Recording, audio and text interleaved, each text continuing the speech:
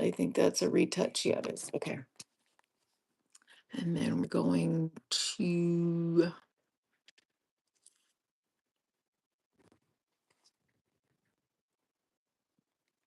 okay. So I've got that.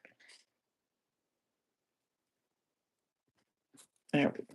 All right. We got to make sure all that's done. Yeah, we got to make sure all that's done. And let's hope that the signal stays nice. Hey, what's up? Ugh, yes, there's Aria. It's raining and the Wi-Fi's been kicking on and off all day long. So I'm on my phone and not on my iPad. And of course, she's been weird all day long. She's tired, but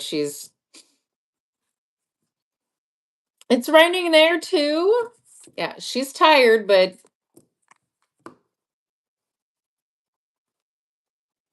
she's at that, yeah, not tired enough stage.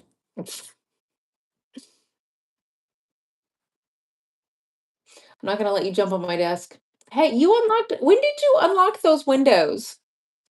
I don't remember you unlocking the window in here. Weirdo. Oh, man. It's been a day.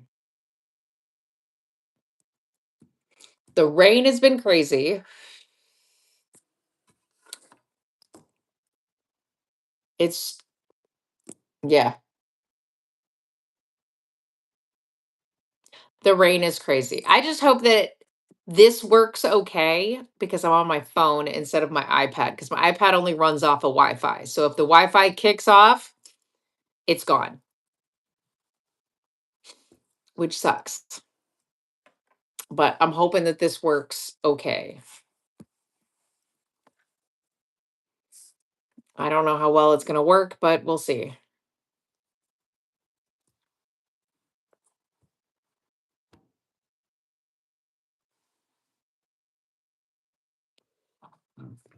Hey, oh, of course. Of course.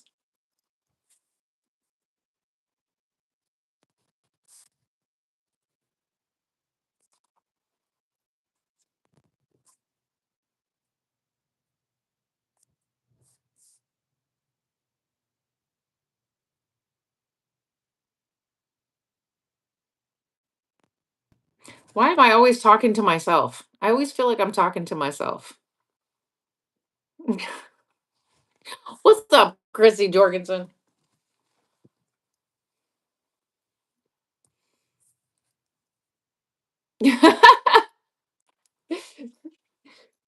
It's like I'm over here having a conversation with Miranda, and the next thing I know, she's gone. That's why I was like, "Nah, I'm always having a conversation with myself. That's great."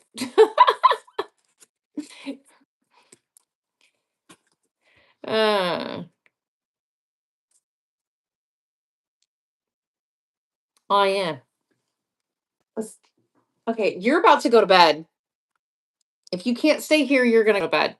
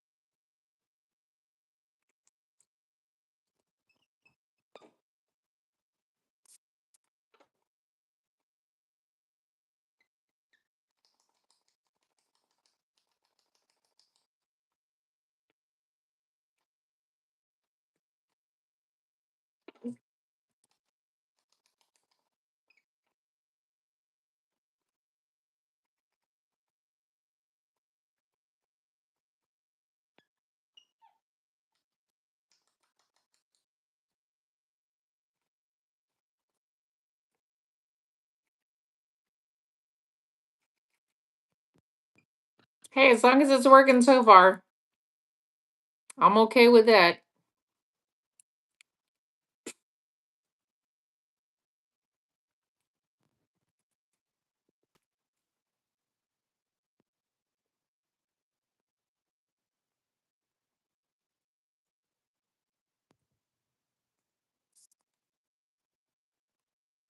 I will say this much though, the comments don't disappear on my phone like they do on my iPad. Like they'll come up and then after a few minutes they just disappear. I don't know why it does that on my iPad but not on my phone. I don't get that.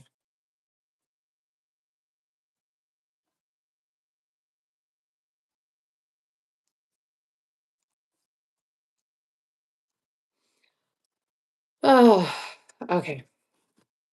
Sorry. I have a friend who's having a yes, Camaro's coming. I have a friend who's having an issue right now, so I'm trying to help her too.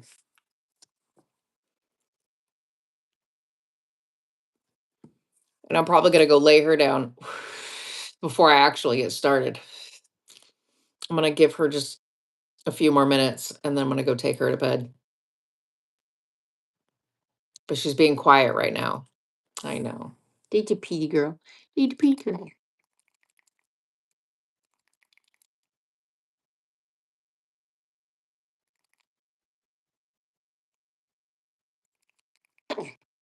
Hey, Beaver! You came in just at the right time.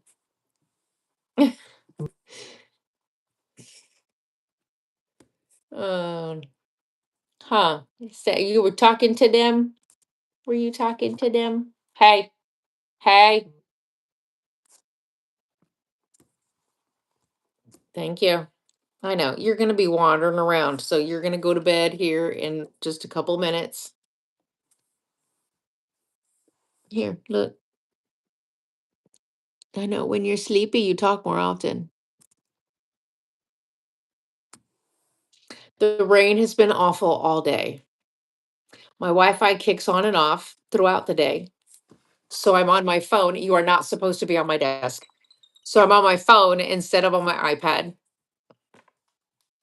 because my iPad only runs off of Wi-Fi. And if my Wi-Fi kicks off, I don't want it to be in the middle of me reading because that would be awful. And I don't know how well it's gonna work here, but hey, are you chewing on my chair? Yeah, this is the reason why you're not allowed to be over here at all. Yeah, because you chew on my chair, you mess with all the stuff on my desk. Exactly. You're not supposed to do that. You did, didn't you? Let me see your teeth. Because you grabbed a hold of something and you probably shouldn't have. And now there you go. What is that? What is that? Yeah, I just got that out of your mouth. I don't know what that is. Oh, right there. That's what you just did. Don't chew on my chair. I know I'm gonna get a different chair when we get into the house, just as a, thing, but good grief, girl. Don't eat everything now. Yeah. Yeah. My goodness. My goodness. Let me see those teefies. Let me see. Yeah. Oh yeah, you got some good teefies in there. Got some good teefies in there, don't you? Yeah, you do. God, I got some good teefies. Say, look at them teefies. Arg, arg, arg, arg, arg. That's how I can tell when she's tired. She lets me stick my hands in her mouth and she doesn't bite down on me. Mm. Yep, that's what we're gonna do. We're gonna go put her to bed because I cannot. I cannot deal with the jumping on my desk while I'm trying to read. I just wanted she say hi to everybody first.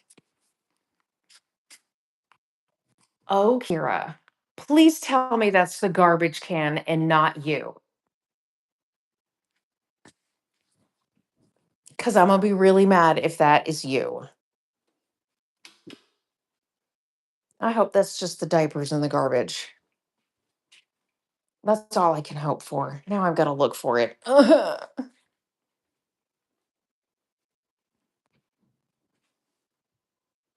Mm, I don't like that. Okay, it's not her. It's got to be the garbage can. That means I just need to take the trash out. Okay, good. I can take the trash out. I can deal with that.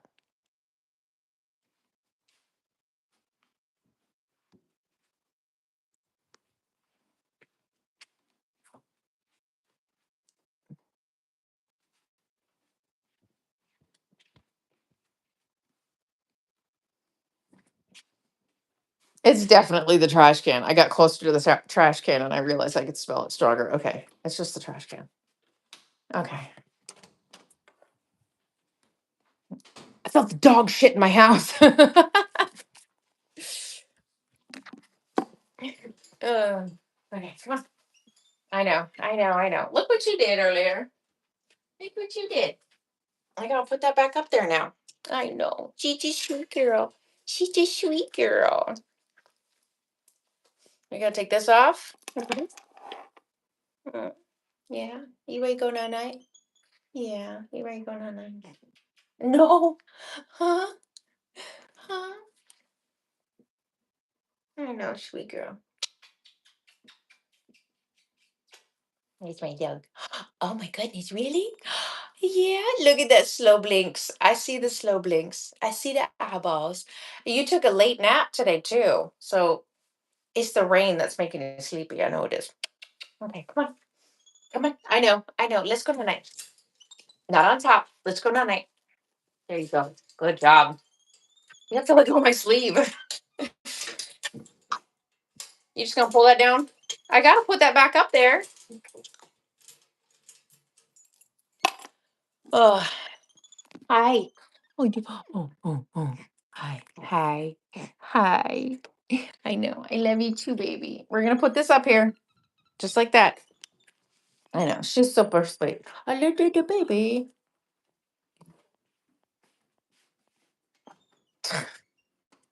She's still pushing it. All right. So now I get to take, well, not right now, but later I'll get to take out the trash. See, she's having so much fun out here. I cleaned that up last night when we were on Discord, and she made another mess. Because why not? We'll make some water, get some coffee. Oh my God, that coffee was so good last night. I loved it. That coffee was so good. And I had a frozen gluten-free pizza. That's what I had.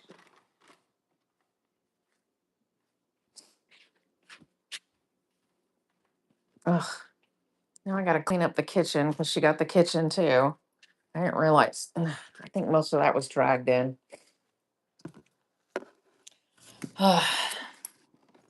The coffee was good. It was actually something really nice. I'm sitting there, half and half coffee. What do you mean half and half?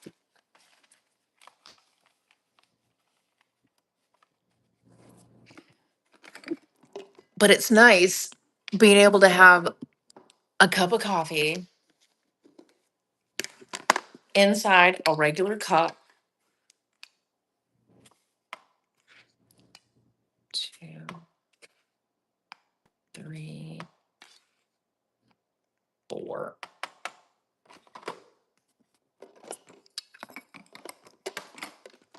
Okay, that needs to move over there. Um, oh, decaf and regular mix? No, I don't drink decaf coffee. Do I look like an old lady? I'm just kidding. My mom, my mom does. Yeah, and not only that, but I hand washed this cup just so I could have it again tonight. But my mom does decaf, but that's because she she had osteoporosis and they told her that it was better for her They told her it was girl Camaro, if you don't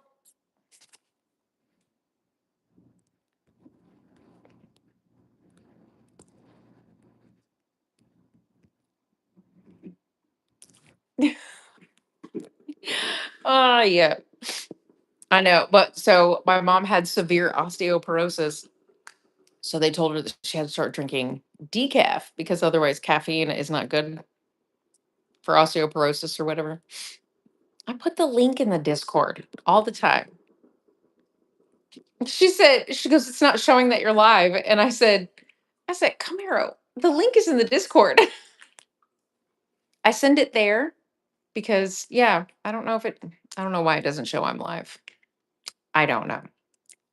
I don't know if I have to like schedule it to be like, hey guys, I'm going live and have it scheduled in order to make it go live. I don't know. I have no idea. I don't know how it works. I have no idea.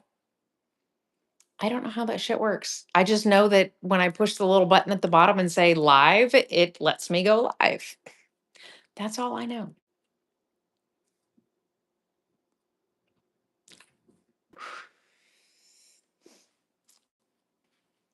But I always make sure that the link is in the Discord because I know that there's been issues.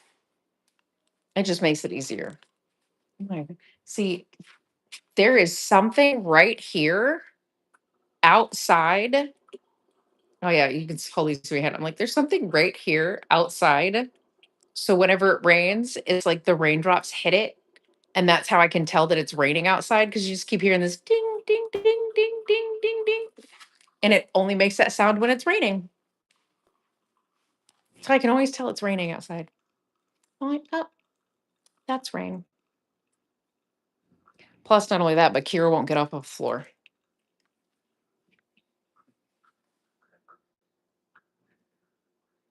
Yeah. No, I did that. It hasn't been notifying for that. I posted that link. Yeah, the Discord hasn't been doing that. Sorry, I don't know what you did, but it didn't do that. I shared the live. Oh, good grief. Aria has messed up my hair.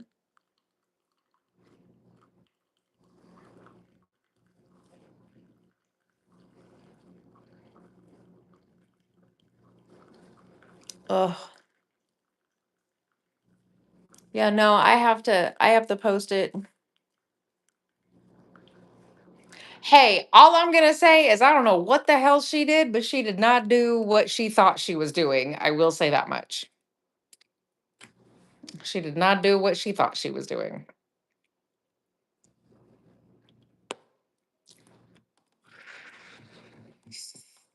And I was running the Discord while you were gone. And you did that all on your own. That is on you. That's all I'm gonna say about that. You left. I did not kick you out. You chose to leave. Damn it. I learned it by watching you.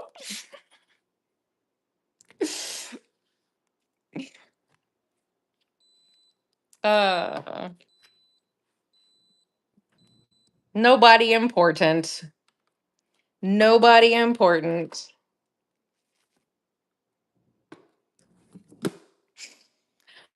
Oh my goodness. Yes. And I wanted to order groceries.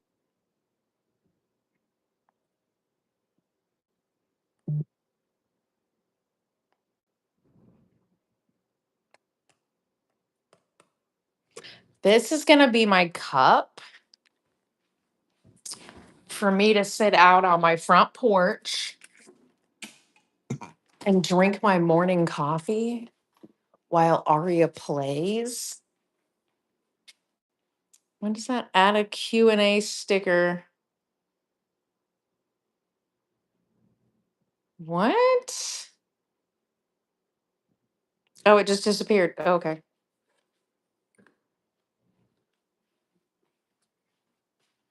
I wonder if it has something to do with the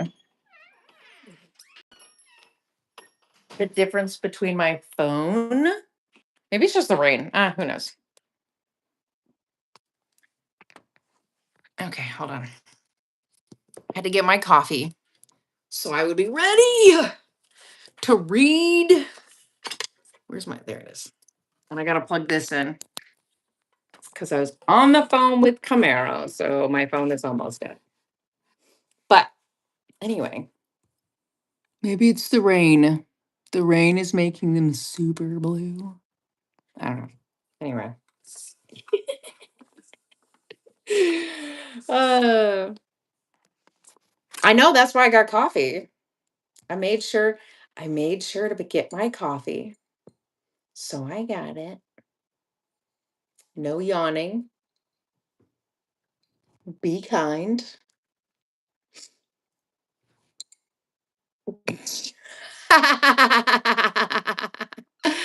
Nice, Camaro. Nice.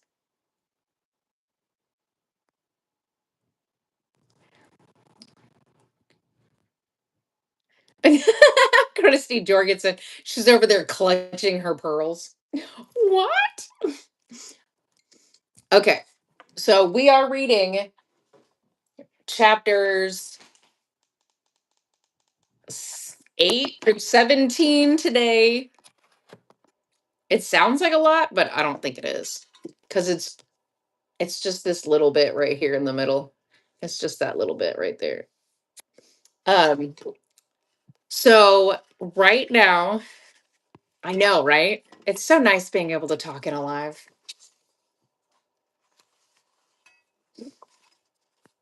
Being able to talk, not getting filtered. You can say whatever you want. It's so awesome.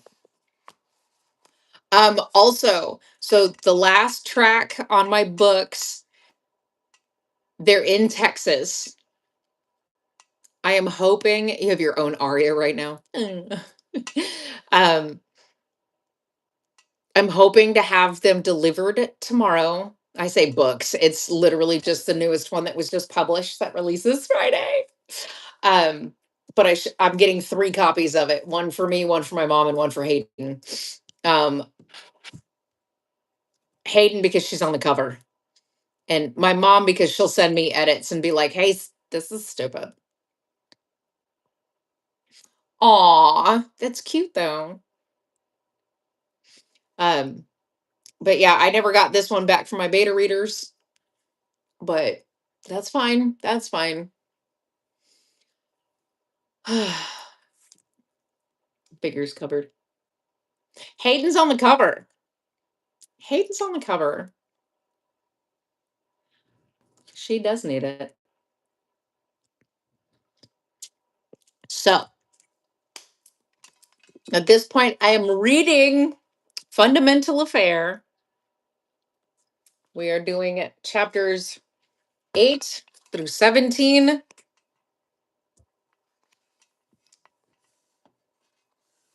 And it's time to go. So if y'all are ready, where's my water? Damn it, I filled my water and never even brought it in here. I'm just gonna deal with my coffee for now. Okay. So the children have been, or the little girl, she's been abandoned. She's been placed in her first foster home. Um, oh, absolutely. So she's been placed in her first foster home. That's where she's at right now. The woman's a bitch. And it's about to get worse. She's missed a couple of meals because she's being sassy. But anyway, the lady's about to get worse. All right. Once we had finished dinner, Angela, Gwen, and I walked around the table, picking up the plates, cutlery, and napkins, taking them into the kitchen. Once the dishes were placed into the sink, we stepped out into the dining room with the boys for instruction. All right, boys, you are excused to go watch television, Mrs. Warren told them before turning to us. The 3 of you are going to clean the table, the floor, wash the dishes, and clean the kitchen. Once you are done with that, then you can join us in the living room. At that point, I had had enough. I decided I didn't like being treated like her maid, and in order to prove that she was abusive, I needed marks.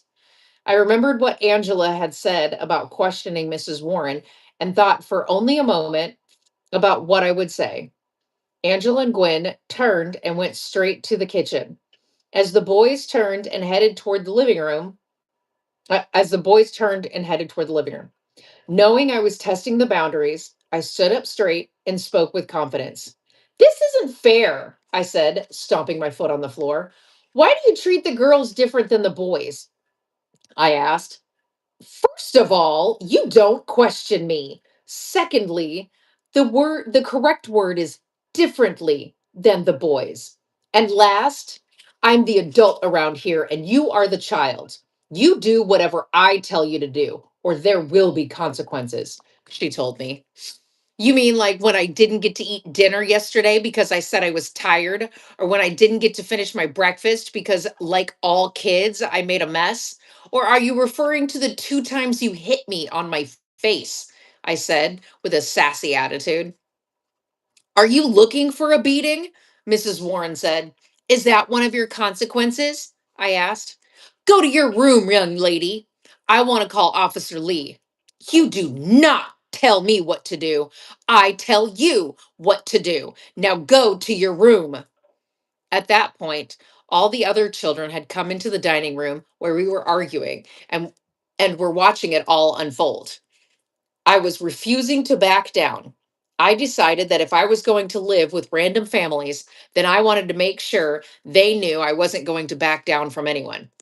It's not my room, it's your room. I'm just being forced to stay in there, I told her.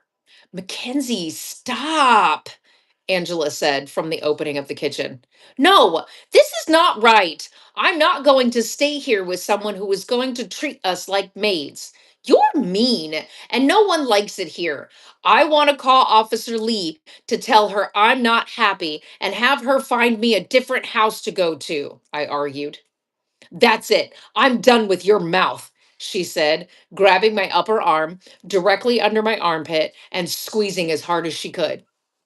She pulled me through the house toward the bedrooms. I struggled to keep my feet underneath me as I stumbled down the hall. She was squeezing my arm so tight I could feel my heart beating in my hand. Let me go! Don't touch me! I yelled as she practically dragged me. Shut your mouth, Mrs. Warren said through clenched teeth, squeezing my arm harder.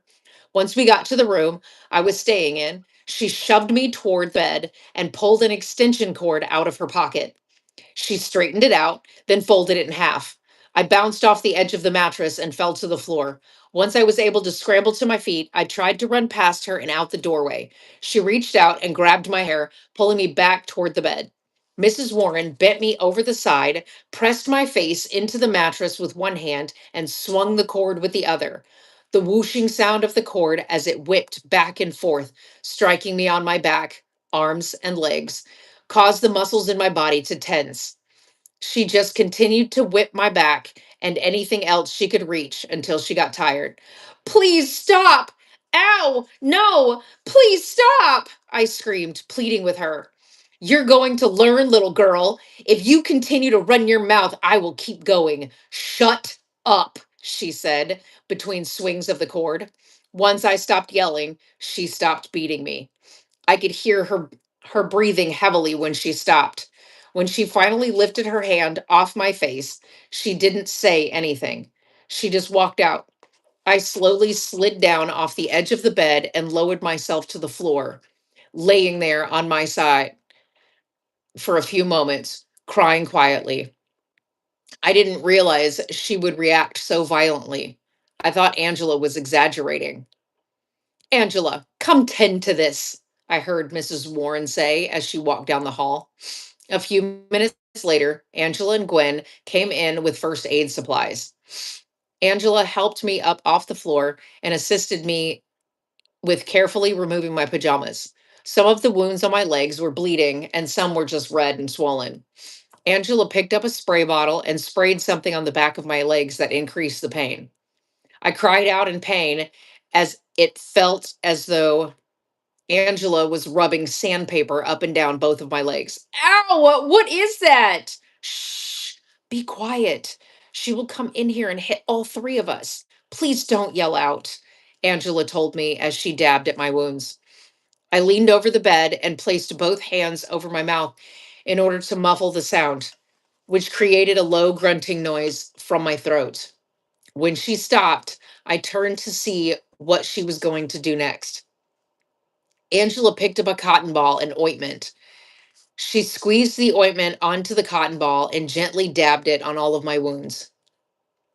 She grabbed my legs and she wrapped my legs in gauze and helped me put on a clean pajama set. Mackenzie, this is bad. You might need stitches on some of these cuts, Angela said as she packed up the first aid kit. Think of a plan to get out of here and let me know tomorrow during yard time. We will figure out how to get you out of here. Angela, I don't feel safe here. If she can do this to Mackenzie, I don't know what she would do to me. We need to all get out of this house. Please, Mackenzie, I support you. Get us out of here, Gwen whispered as Angela picked up the first aid supplies.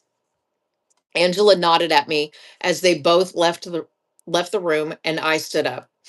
Within seconds, I heard Mrs. Warren scream at them. What took you so damn long? I'm sorry, ma'am. We were taking care of Mackenzie, I heard Angela say. We also helped her change her clothes, I heard Gwen contribute. Is that back talk? You two know better than to speak to me like that. I heard the sound of one of the girls getting slapped.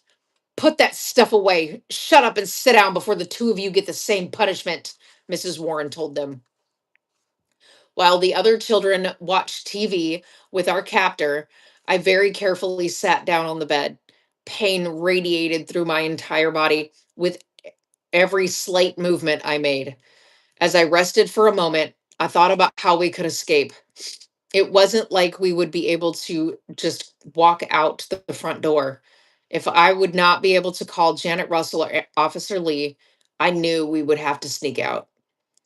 Remembering the story Angela told me about Mia, where she had climbed out the window, I stood up and walked over to the window. I grabbed a hold of the cord and slowly pulled in order to retract the blinds, as well as trying to not make too much noise. I reached up and shifted the lock to the window in order to disengage. I hooked my fingers up under the lip at the bottom of the window and pushed it up. The seal around the window made a crackling sound as it pulled apart. I stopped and lowered the blinds, afraid Mrs. Warren heard the window open. I tiptoed back over to the bed, trying not to put too much pressure on my legs. Leaning against the mattress, face down, I lifted my legs up one by one to lay on my stomach. I waited for her to come into the room to see what I was doing. I didn't have to wait long before Mrs. Warren came into the room.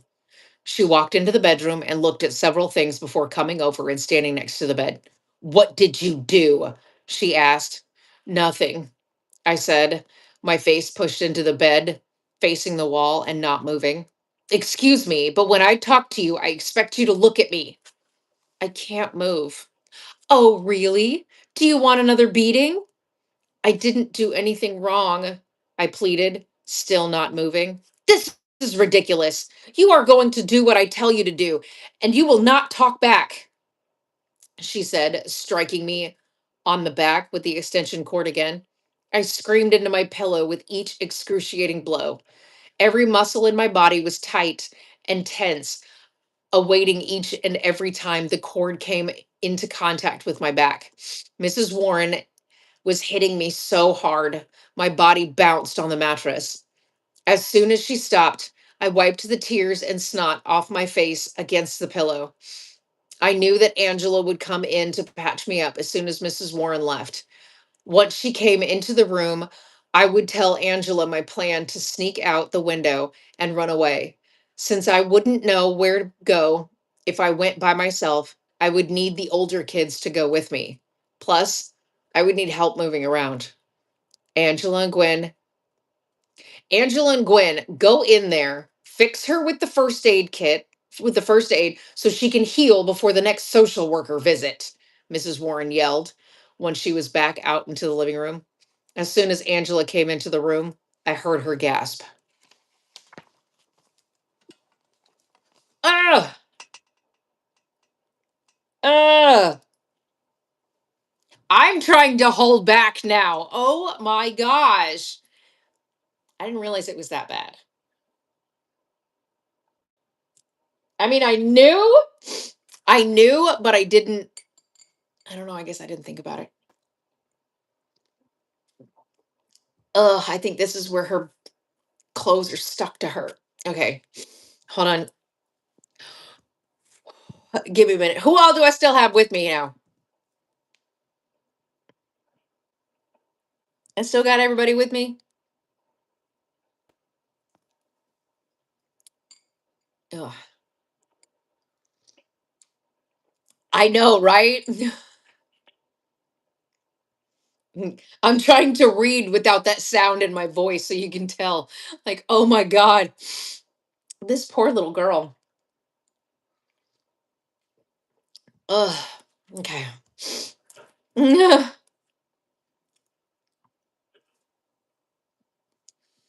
Damn, this is hard to get through.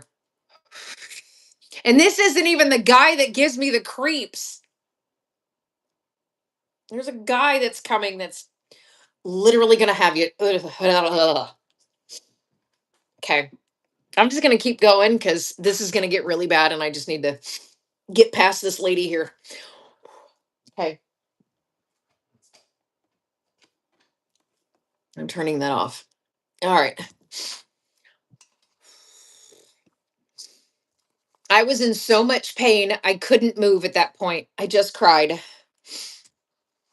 I don't remember what his name is, but I know it's something redneck anyway. Uh, Shh. I'm going to try and help you as much as I can. This shirt may have to be thrown away. I don't think we will be able to get the blood out, Angela said as she very carefully peeled the back of my shirt up away from my skin. I could feel the shirt separate from my skin as Angela tried to take it off. There was sharp pain radiating through my entire body. Angela was only able to get my shirt up to my armpits. She sprayed my back the same as she did to my legs, which caused an influx of pain. I blacked out. When I regained consciousness, Angela and Gwen were carefully moving me from the bed. When they placed me on the floor, I screamed out in pain. Shut her up back there. Shut her up back there. It should be quiet in this house. There is no need for all of the screeching, Betty yelled from the living room. I did my best to stand up in front of Angela in order to position myself the best I could so she could bandage me up. She began wrapping my back all the way around my front with gauze to hold it in place, then tucked the end into itself at my belly button. Ugh. Please, Angela, I can't get hit anymore. I need to call Officer Lee and have her come get me, but I need help, I told her as Gwen pulled another pajama set out of the dresser. She won't let you. There's no way to use the phone without her knowing, Angela said. I have the number for Officer Lee. We just have to get out of this house and to a phone before Mrs. Warren even notices we are gone. Officer Lee can pick us up, I told her, pulling Officer Lee's business card out from under the pillow on the bed. How are we supposed to get out of this house? Angela asked. Remember the story you said about Mia? I inquired. You mean you want us to climb out the window? Gwen said. Yes, I just need everyone to come too, I told I told them. I will have to find the time to tell the boys, Angela said. If Mrs. Warren comes back here and leaves y'all out there alone, you can tell the boys then what we are going to do. Okay, I will talk to the boys, Angela said before leaving the room with Gwen. I picked up the pajama set off the bed where Gwen had placed it and moved slowly toward the dresser in order to retrieve a shirt to put on and change into jeans. My entire body was throbbing with each step I took. I whimpered and cried, hoping that Angela would be able to tell the boys the plan. I pulled my pants up, wincing in pain as the denim slid over my leg wounds. Deciding I would wait to put my shirt on, I stuffed the shirt under my pillow and retrieved Officer Lee's business card to slip into my back pocket. I shoved my bloody clothes into my bag to show Officer Lee and placed the bag under the bed. After I stood back up, oh, um, after I stood back up, I bent over the mattress. Using all my strength, I pulled my legs up and laid down on the bed on my stomach like before, whimpering with each movement. Gently, I reached down and pulled the blanket up to my neck. As I laid on the bed, my body began to relax, starting at my neck and moving all the way through my muscles. I could feel my heart beating over my entire body. I was exhausted. I tried blinking my eyes slowly so I could stay awake. Unfortunately, my exhaustion took over and I fell asleep. I wasn't sure how long I had been asleep before I was awoken by the sound of Mrs. Warren's heavy breathing coming down the hall. She entered the room and stopped at the dresser as if she were trying to catch her breath from walking down the hallway. She stepped up next to my bed and hovered over me before speaking. I hoped that Angela and Gwen were talking to the boys while they were alone. Are you going to behave tomorrow? She said, standing over me. I didn't know if she would hit me again if I didn't answer, so I replied, Yes, ma'am, I said, laying on my stomach, still not facing her. Good. Now get ready for bed, she told me before leaving the room. My entire body was throbbing and I couldn't turn over onto my back. I just waited and listened. When I heard the other children come down the hall, I moved as much as I could and waited to see the girls pass my doorway. They headed into the bathroom first. I was sure Angela and Gwen were brushing their teeth and washing up for bed. I couldn't move my body in a way without any pain. I groaned, trying to get their attention. It wasn't long before Gwen stepped up next to the bed. Mackenzie, don't worry. Angela told the boys what you were planning, and they are in. We will get out of here tonight, Gwen told me. Okay, tell her I said thank you, I told her, turning my head in order to look at her as she squatted next to the bed. Angela entered the room and grabbed Gwen by her arm. She pulled her up into a standing position. I told the boys. Jimmy said he would take care of the rest, Angela said. Is everyone coming? I asked. Yes, we are all coming with you, Gwen said, clapping her hands. Be quiet. You don't want her coming in here to yell at us. Gwen, go to the room. Mackenzie, we will come in here when we are sure there is enough time between bed checks to get away, Angela told me. I slowly nodded, then turned my head back to face the wall. When Gwen and Angela left the room, I heard the knock on the wall to signal to the boys that it was their turn in the bathroom. The four boys headed down the hall, and one entered the room I was in. I turned my head to see Jimmy crouched down next to the bed. Hey there, how you doing? Jimmy asked. Not good. I need to go to the doctor, I told him. We will get you a doctor when we get out of here, Jimmy said, standing up and walking over to the window.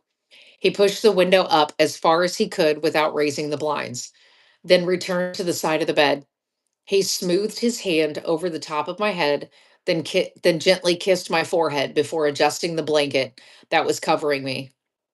Jimmy left my room just as the other boys rushed down the hallway.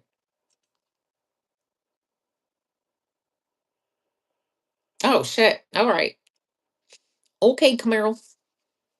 Uh, I turned my head again to face the wall. I wanted to be in the same position I was in from the previous time. Mrs. Warren had come into the room. I didn't want her to have any suspicion that the other kids had come into the room for any reason. When Mrs. Warren yelled, 3 minutes, I could hear rustling in the other bedrooms as if the others were discussing a plan. When the six of them were settled in their rooms and it was quiet, we waited. We knew Betty Warren would be in shortly to check on us. I heard her heavy footsteps coming down the hall and stop at my bedroom door first.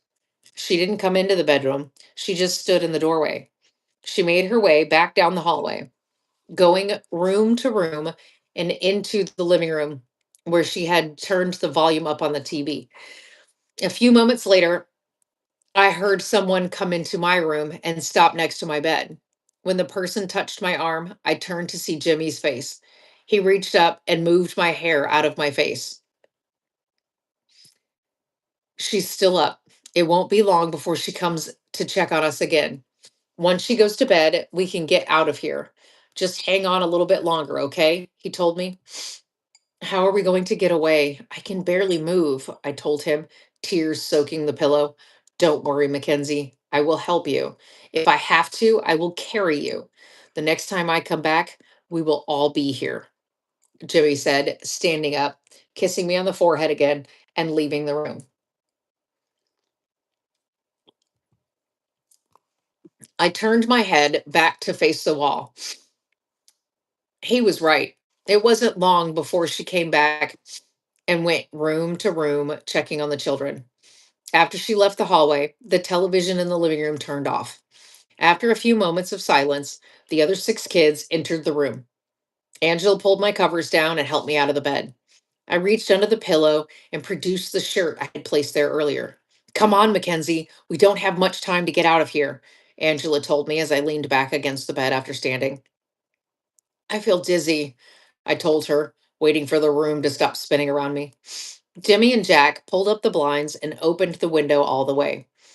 That time, the window slid up quietly. Of course, I had already peeled apart the seal so it would make it easier for us to escape. Alex and Brian stood near Jimmy and Jack, while Angela and Gwen stayed with me over by the bed. Once the window was fully open, Jack climbed out first. Then Jimmy assisted Alex with climbing up onto the windowsill and lowered him down to Jack. He repeated the process with Brian, then Gwen. Jimmy walked over and assisted me with pulling my shirt on over my head. I pushed my arms through the sleeves, then leaned back against the mattress. It's your turn, sweet girl, Jimmy told me as he very carefully helped me walk over to the window. Jimmy hooked his elbows up under my armpits in order to assist me out the window. Angela reached down, lifted my legs up, and placed them over the edge of the window as Jack reached up, placing his hands around my waist.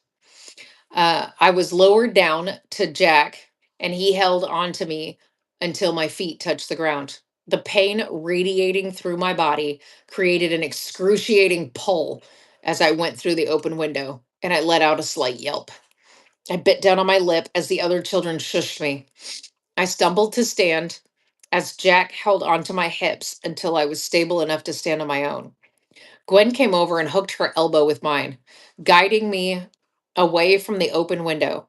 Jimmy helped Angela out the window. Then he jumped down to join us. As soon as Jimmy's feet touched the ground, he scooped me up into his arms and everyone started running. I knew the plan was to get as far away as possible.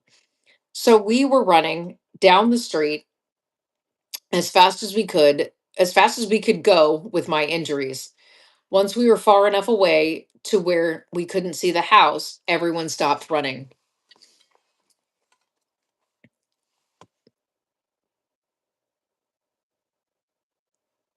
Yes. Yes, I will.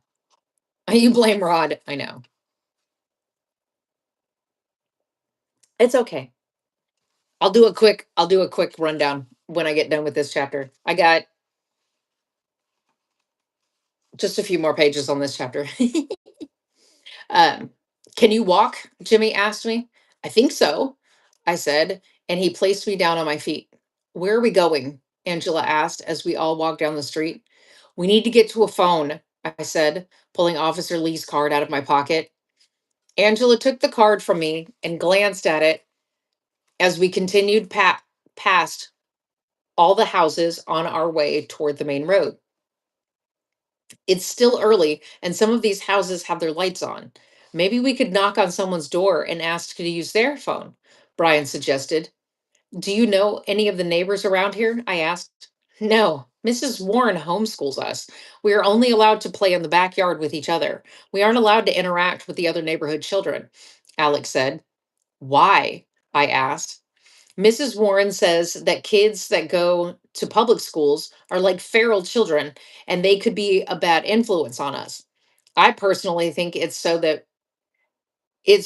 we don't have anyone to tell that she is abusive, Angela said. What's feral children? I asked as we strolled down the street deciding which house to go to. It just means children that behave as though they were raised by wild animals, Jimmy told me. It wouldn't surprise me if none of these people even knew we were here. They probably don't know we exist, Gwen included. I think we should go somewhere public. We could ask an employee to help us. It could seem more urgent and possibly safer that way, Jack suggested. How is going to a public place safer than going to someone's house? It could be less likely for her to find us inside a private home, Angela questioned. Think about it. We would be in a public place with a lot of people around who would most likely want to help children. If we show an employee what that evil bitch did to Mackenzie, they might feel sorry for us and protect us just in case she shows up and tries to lie about how Kenzie was injured. The other grown-ups around will stop her. Oh, she's in her little pouchy thing. Sorry. She's in the little pouchy thing. You see her climb out. She was in there rubbing her face. Sorry. Anyway, I was watching her rub her face like this, and she's just hanging out of that little pouch. I'm sorry. Anyway, okay, continue.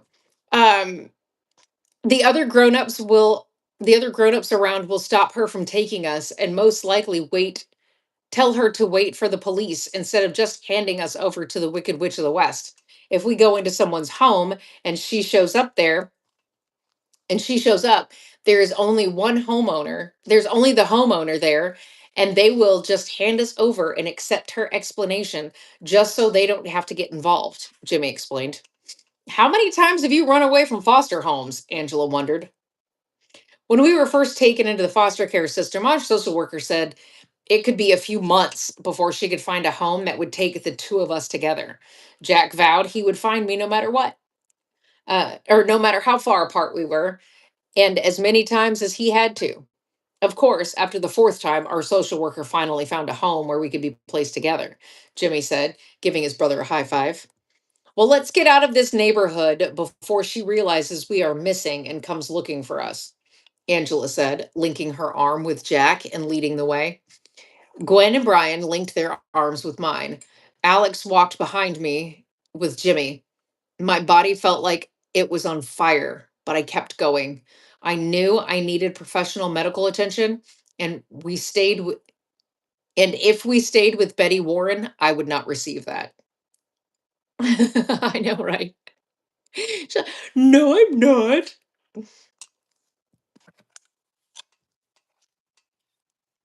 You see her inside the little pouchy thing?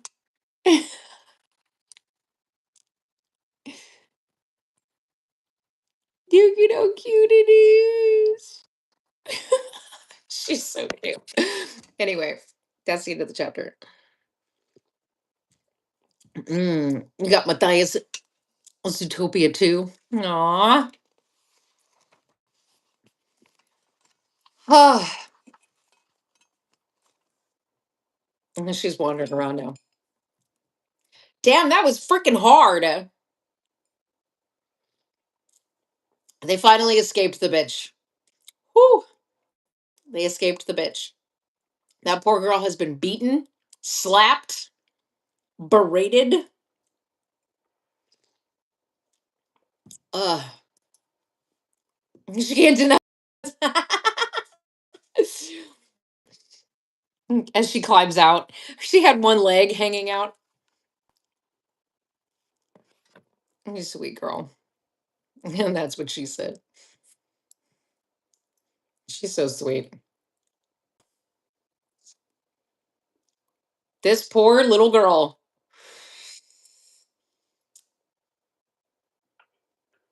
And it's funny, okay? So, like my dad, when my dad read this after it was published, he had asked, he goes, "How do you know so much about the foster care system?" I said, "It's called research." and I've watched way too many damn videos. It's emotionally draining. There is one there is one channel here on YouTube that will actually, that's all they do is true crime stories about children. I can only watch so much a month of their channel before I have to give myself a break for like 2 months. And I cannot, I have a hard time with it. People should not, animals and children are two big no-nos. It was, ugh, yeah. Animals and children are two big no-nos. It's so bad. Yes. See, Camaro knows. Yes. The whole thing is just freaking children and it's awful. It's so bad. Amy, hi. They escaped the lady. They escaped the lady. I don't know if you heard the horrible beating she got, and I was literally trying to hold back tears while I was reading. It was so bad. Oh, it was so bad. And I'm already on chapter 10, so yay.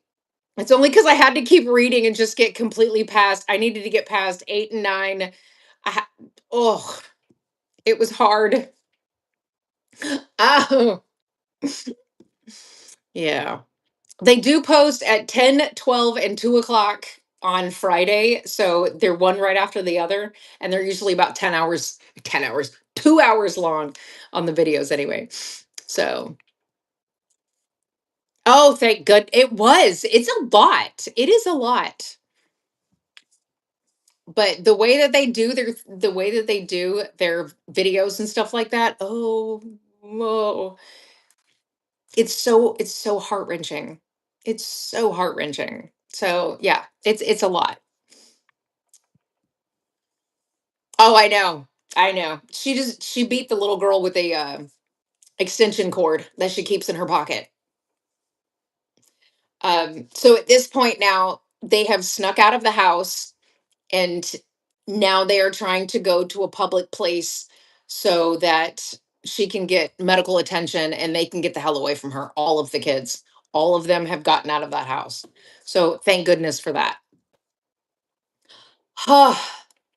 So chapters 1 through 7 are basically the little girl is abandoned.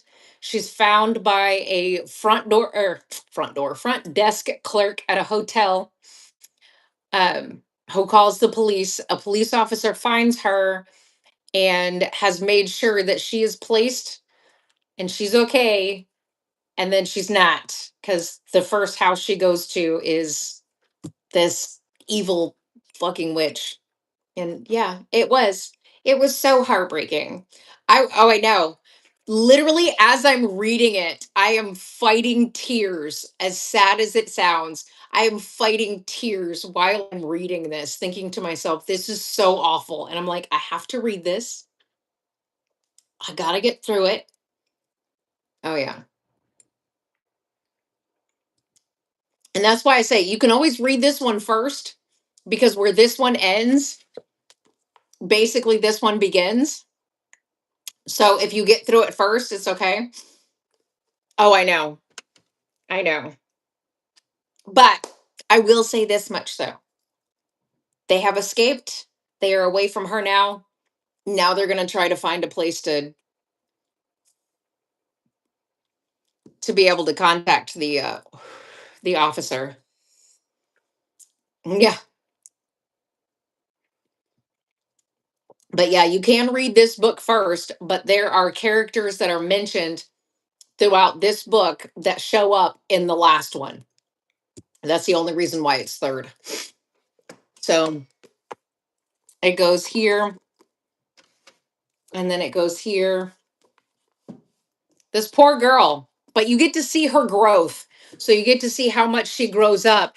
And unfortunately, it has to happen when she's at 6 years old. She has to start growing up just a little bit at 6 years old to realize exactly where she's going to go. Yeah. Miranda has the book. She's reading along. Ugh. All right. Chapter 10. But remember, That's just, you have to remember too, in the foster care system, it's not just physical abuse. Some of it is emotional, some of it is other kinds of abuse, very, very inappropriate with children. And there you go. You're buying the other two this month. Oh, the newest book that releases on Friday. My copy is in Texas. I'm hoping to get it tomorrow. I will check it again as soon as I get off here because the email's on my phone and not on my iPad. I don't have my email on my iPad.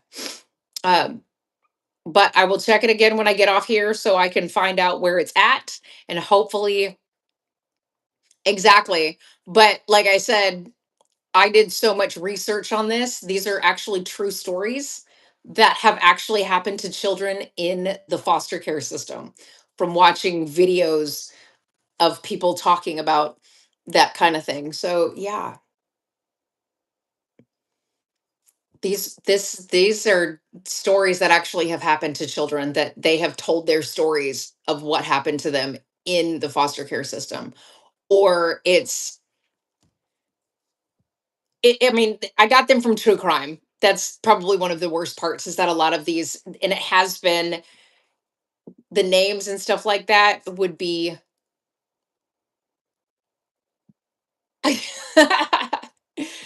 I know, right? I think that's what makes this so much more real for me is the fact that I know that there is someone out there that has scars on their back and on the back of their legs because they went through that in the foster care system. Okay.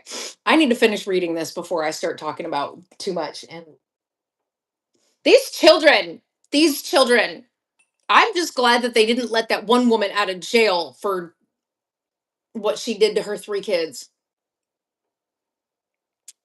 back in the 80s. I know. Okay. They've escaped. They're out. They're gone. They have escaped. So now we're going to keep going. All right. We continued past private homes toward the main road. As we approached the main intersection, I dropped to my knees as my body gave up. Brian on one side of me and Gwen on the other tried to lift me onto my feet so we could get to the other corner. I can't go anymore, I cried, unable to get my feet underneath me. Gwen and Brian tried to help me walk, but Jimmy scooped me up and carried me to where Jack and Angela had stopped. I don't know how much longer she can go. We need to get her help now, Jimmy said. We can go to that gas station down there at the corner. Jack said, pointing toward a shopping center just a quarter of a mile down the street. What do we say when we get there? Angela asked. We just tell them that we need help, Jimmy said, walking past Jack and Angela, heading for the bright lights of the shopping center with me cradled in his arms. Well, we need to keep away from the road so people don't notice a bunch of kids walking down the street late at night, Jack said. I turned my head in order to see the others behind Jimmy. Brian, Alex, and Gwen were ahead of Jack and Angela as they followed behind Jimmy. We walked along the side of the road, heading toward the gas station, staying closer to the drainage bay. Staying closer to the drainage bayou, trying not to draw attention to ourselves. Once we had made it to the parking area of the shopping center, Jimmy put me down on my feet. The gas station was only 50 feet away, but at that point, my entire body, from my head down to my toes, was throbbing. It felt as though I had been taken over by a celestial being and it was trying to get out. I was having trouble keeping my eyes open, and my head was bobbing back and forth as Jimmy tried helping me walk. It only took 20 feet before my body gave out. My legs wobbled underneath me until they stopped working. I fell to the ground onto my hands and knees, tears streaming down my face.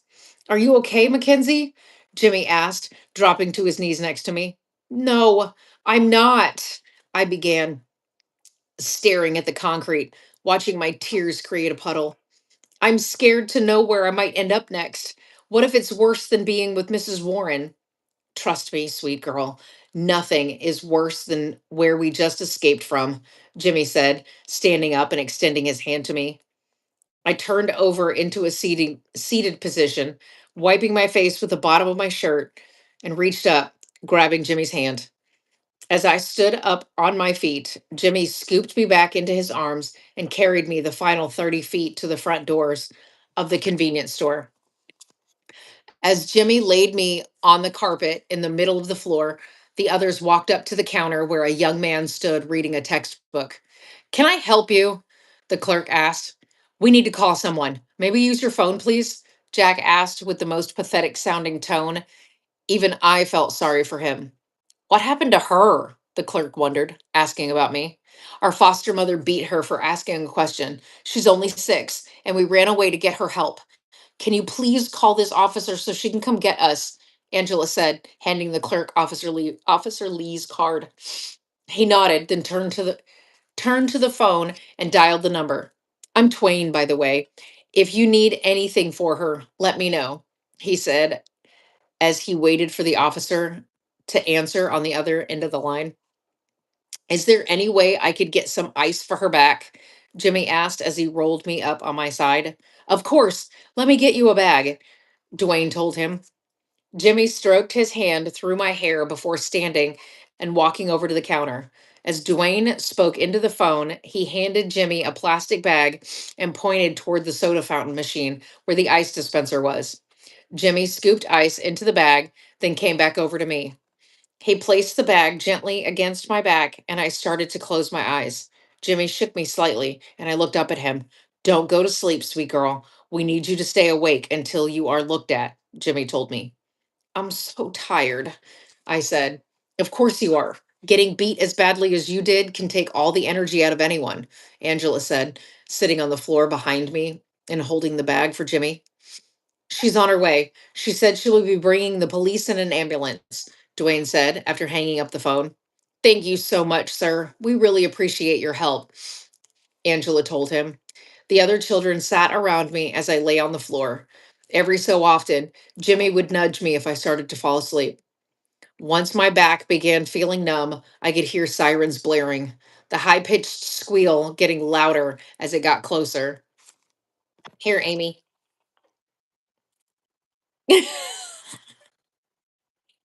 You see that sweet girl just cover herself up with the blanket? Okay. Anyway, um, the first officer on scene was Officer Lee. She rushed through the doors of the convenience store and practically slid across the floor as she came down to get close to me. Oh, sweetie, what happened? Officer Lee asked as she stroked the hair on top of my head. Betty Warren was all I could muster the strength to say at the time. What happened to her? She asked, looking up at Angela and Jimmy. She asked Mrs. Warren a question. Mrs. Warren doesn't like it when we talk or ask or question her when she tells us to do things, Angela said. Mrs. Warren beat her with the extension cord she keeps in her pocket for whenever we get out of line. Mackenzie is badly bruised and cut up from the beating. We aren't sure how much blood she lost, but I've been trying to keep her awake, Jimmy told Officer Lee. Let me see her wounds, Lee requested from Jimmy. Angela backed away from me with the ice bag in her hand. Jimmy reached over and tried to turn me onto my stomach. As he rolled me over, I felt a bolt of lightning surge through my body. With Officer Lee by my side, I knew I was safe from danger, so I yelled out in pain. Sorry, Kenzie, Jimmy apologized. There is blood all over the back of her shirt, Lee said once I was on my stomach. She lifted my shirt and asked, Who bandaged her up? I did, ma'am. Mrs. Warren requests that all wounds and marks made from her beatings must be tended to immediately so they don't leave permanent marks. That way we have no proof when the social worker comes for an inspection, Angela informed her.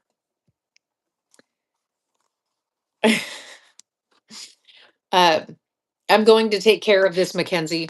Don't you worry about anything, Lee said, standing and heading for the door. Don't leave me, I yelled as the door opened, tears streaming down my face.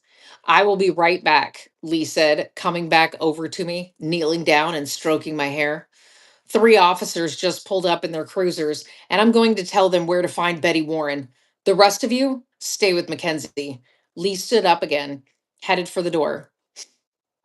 When she returned a few moments later, she was followed by two emergency medical technicians with a gurney. They laid they laid a backboard down on the floor next to me and rolled me over onto my back on the board. My entire body felt as though thousands of needles were penetrating every muscle. I took a deep breath and yelled out in pain when they lifted the board up with me on it. Every movement hurt as they placed me on the gurney. Her wounds are on her back. You may have to lay her on her stomach in order to treat her, Officer Lee informed the EMTs. They're also down the back of both of her legs, Angela included, as I was wheeled out to the ambulance. How many times did that woman beat her? Officer Lee asked as they all followed the gurney. At least twice, but Mrs. Warren will swing the extension cord until she's tired, Angela told her. The EMT stopped the gurney outside the back doors to the ambulance. The two technicians stood on opposite sides of the gurney, and one looked down at me. Mackenzie, I'm Greg, and that's Benny. We're going to take care of you on the way to the hospital.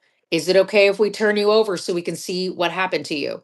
The EMT to my right said. Yes, that's okay, I told him.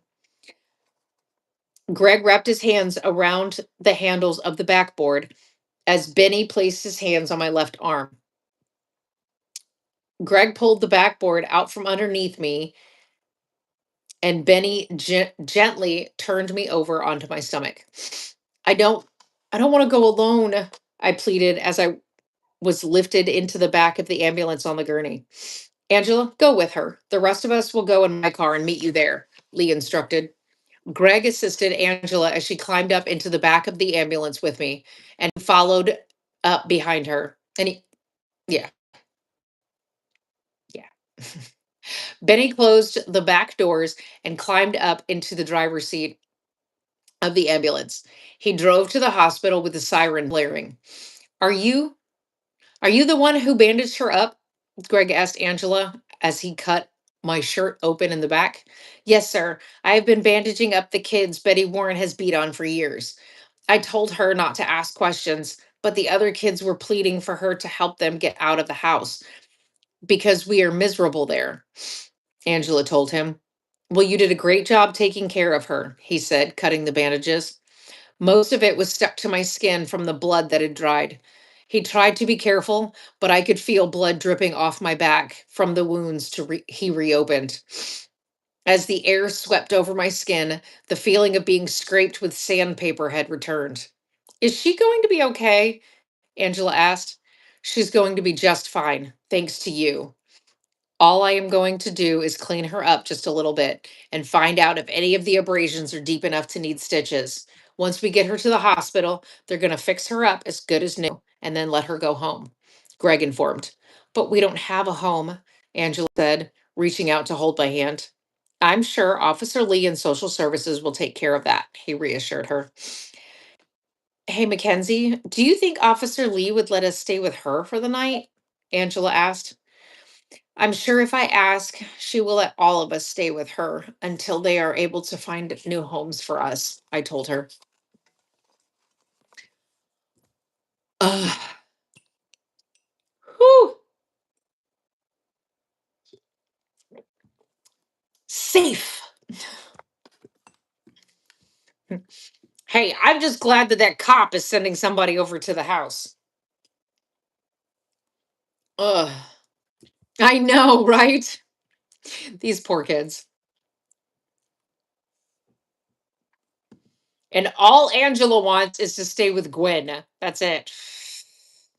That's all Angela wanted. That's why she wanted her to. I love that I get that reference too. But yeah. Hey, she's been saved. It's happy ending, right? You would think so. She bounces around from home to home to home. And there's still a ways to go. Oh man, this coffee is so good.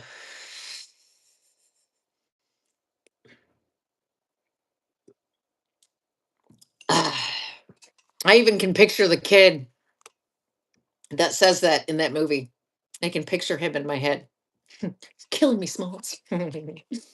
Anyway, all right, chapter 11. Whoo! Is everyone still with me? Hey, I got 6 people in here. What's up, y'all? Oh my goodness. They've been saved. And not only that, but I hate the fact that this one guy's name is Greg. It's Greg and Benny. I think it's funny. Woohoo!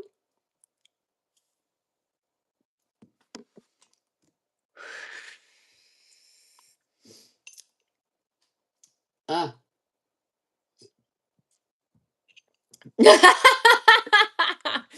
And Amy. All right. Hey, oh, I got the card attached to my. We're on chapter 11. For anyone who doesn't know what I'm reading, this is my book. I wrote it. Oh, and I was telling Miranda earlier, my book is in Texas. I will check it as soon as I get off here, find out. I should get it tomorrow, hopefully. Tomorrow is Thursday. So I'm hoping to have it by the time I sign in to go live tomorrow so I can show the book. I'm also going to show it here before I post a video of it on TikTok. So just remember, y'all will get a live view of the new book before I post the video of it on TikTok. Yeah, I know, right? I do that so often. I have noticed that I have done that so often where there is always a character named Greg, but most of these books are so much older than that. So that is the reason why that character exists. Because these books are old or older. Like this one is from, I think this one's from 2021. Let me see. This one's from 2020. Yeah, this one's from 2020. So, um, the one, let's see, like this one's from 2012, and then we got 2019, and then 2020, and then 2021, and 2022, and then this is 2023 and 2024. And then, of course, this one was 2025. And then we've got 2026 that just came in. What's up, Carrie? How you doing? So, anyway, I do have, since 2019, I've been able to publish at least one book a year. So, thank goodness for that. But I do have it all coming. It's all coming in. We got it. So, you still need, Miranda, you still need this one.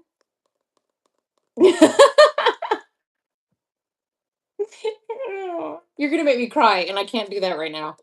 Um, but Miranda still needs this one and the newest one that just came in. So anyway, okay, chapter 11.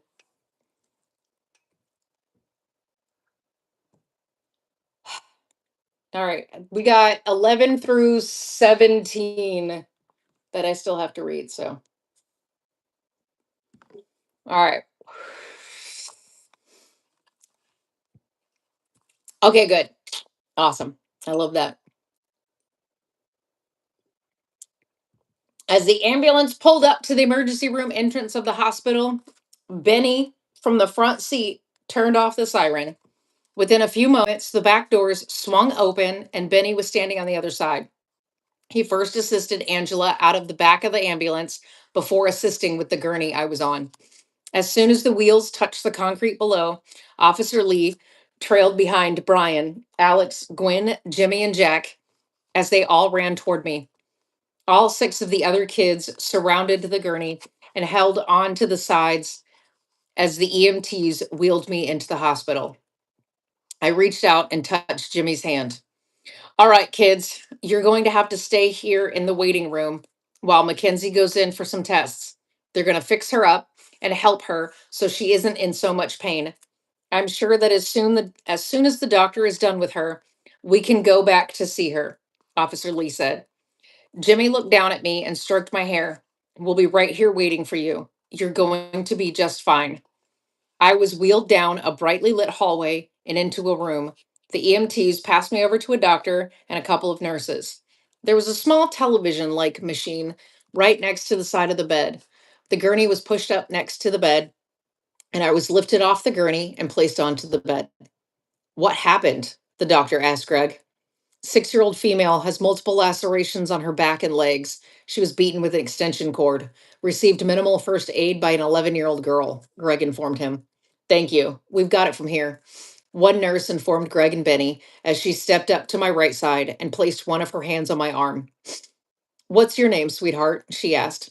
Mackenzie, I told her. Mackenzie, I'm going to give you something that is going to put you to sleep. When you wake up, the tests will be all over and the doctor will let you know when you can go home, the nurse told me, sticking a needle into the crook of my arm.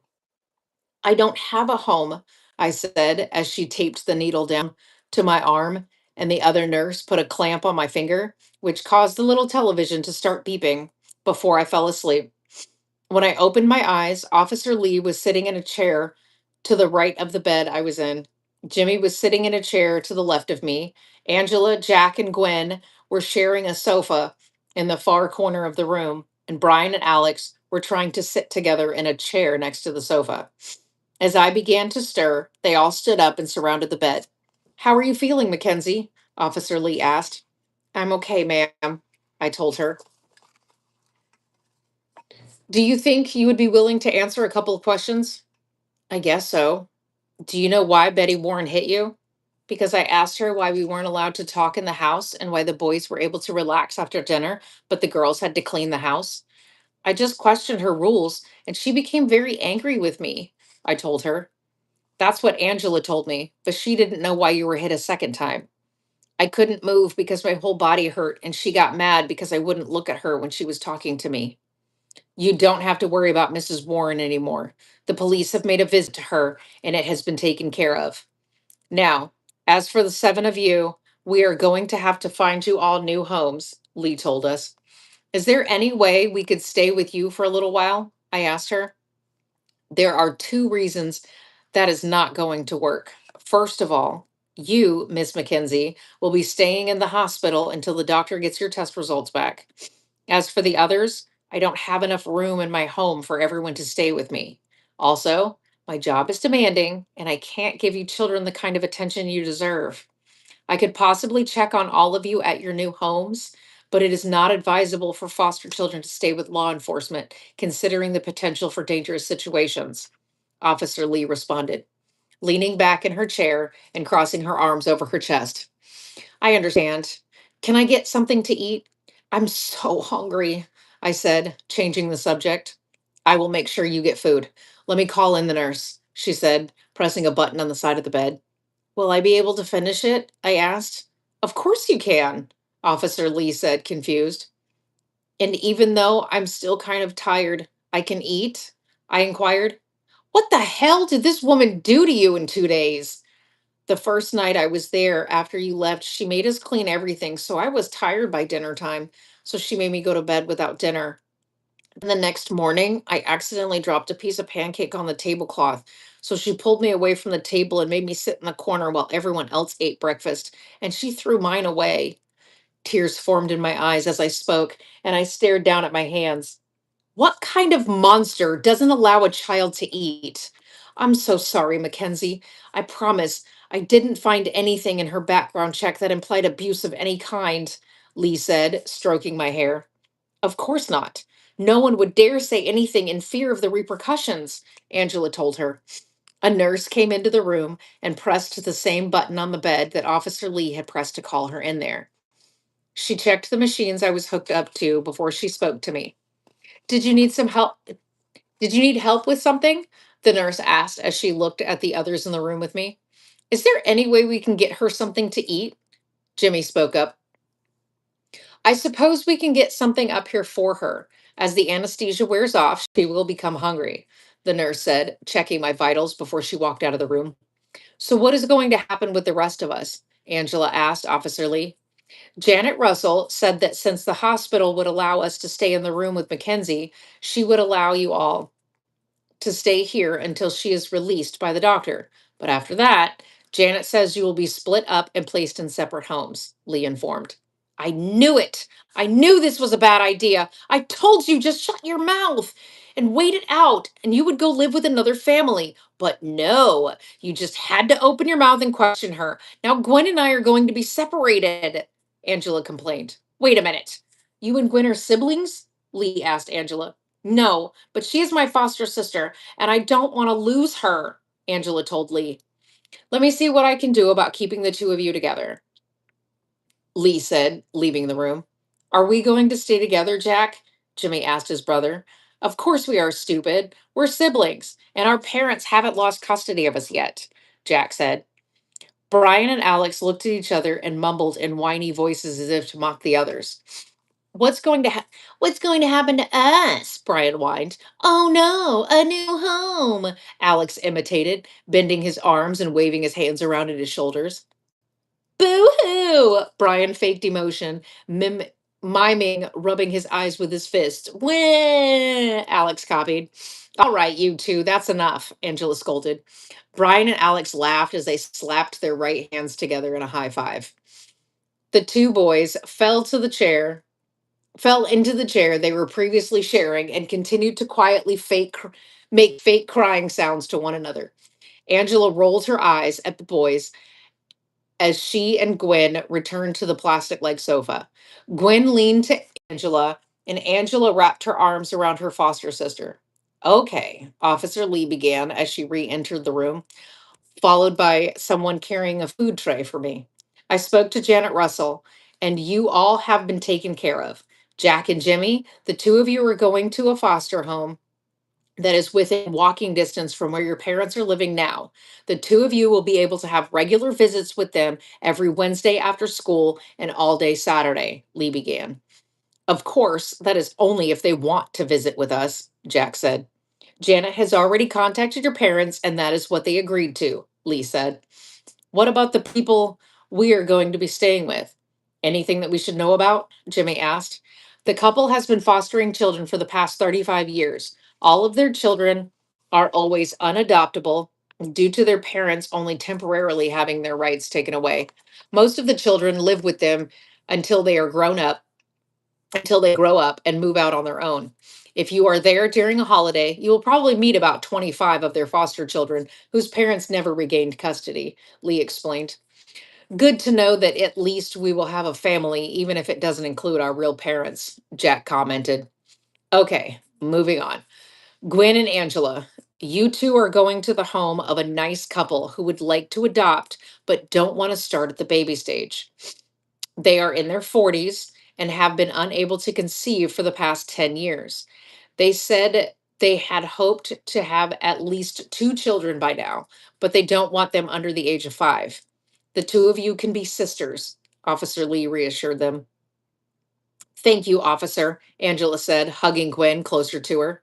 Brian and Alex, Janet said the two of you will be going to different homes, but in the same neighborhood. You'll still get to play together if you choose, Officer Lee told them. Are we going to school or is it going to be the same homeschooling bullshit like Mrs. Warren? Brian inquired. Brian, watch your mouth, Angela scolded. Sorry, but it's true, Brian said, shrugging. You both will be in the same school district, and yes, both families will send you two to school, Officer Lee said, sighing and shaking her head. Mackenzie, Janet has decided to send you to a foster care facility for now to keep an eye on you. A doctor will visit with you daily in order to keep an eye on your wounds until you are healed. There are a lot of other children there, and there is more than one caretaker, Lee informed. Does that mean Mackenzie is going to an orphanage? Gwen asked. It's more like a boarding school, Lee explained. There will be classes for her to attend during the day, and she will be sleeping in a dorm with only girls. Gwen let out a loud yawn, and Angela moved over on the sofa. Gwen leaned toward Angela and laid her head in Angela's lap. Jack walked over to the sofa, lifted up Gwen's legs, and sat down, placing her legs over his lap. Y'all really should y'all should really get some sleep. Janet will be here as soon as we get the order that Mackenzie is going to be released. She will pick y'all up and take you to your new homes. Mackenzie, I will be taking you to the facility as soon as I sign the release papers, Lee said. Brian and Alex did their best to try and get comfortable together in one chair. Jimmy stayed next to the bed at my side, holding my hand. Hey, why don't one of you guys take this chair over here? Jimmy said, motioning to the chair he had previously occupied. Both Brian and Alex ran for the chair, with Brian being slightly older and a little taller. He made it to the chair first. Both boys giggled as Brian settled into the chair next to me, and Alex skipped back over to the chair across the room. Apparently, when children aren't allowed to act like children for a while, I guess the sillies come out when they are given the right to be children again, Officer Lee said, laughing at the boy's antics. Is it okay if I lay next to you? Jimmy asked me. I nodded and very carefully slid my body over to give him room.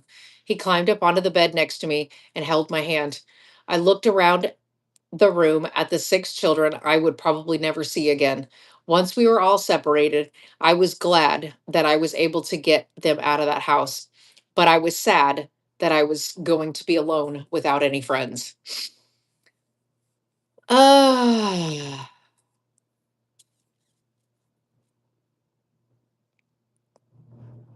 Oh, let's see. I'm getting ready to start chapter 12. Uh, yeah, Christy Jorgensen doesn't know. I'm just kidding. Yep, I'm getting ready to start chapter 12. Oh my God, did you miss the beating? Did you miss her beatings? Oh, it was so sad. Whew. Luckily, everything seems to be going okay. They're free. They got away. I do think it's a little weird, though, that we've got Jimmy, who is an older boy, laying in a bed with a 6-year-old. Oh, no. Well, hey, you know what? Good. Good. I do find that a little weird, but I think it's more like he's trying to be big brother type. So maybe it's not that weird. I don't know. Let's see. All right. Okay, good. So it's not just me. I'm sitting here thinking, I'm like, why is Jimmy just one? Can I climb up in this bed with you, little girl? But anyway, I think it's more like big brother type. He's wanting to protect her type of thing, I guess. I don't know. Because he is the oldest one. But let's hope that's all that it is. I don't think it's anything weird. Yeah, I don't think it's anything weird. She's still exactly for comfort. She's still looking around. She's like, I'm so tired, but I don't want to go to sleep. Mommy.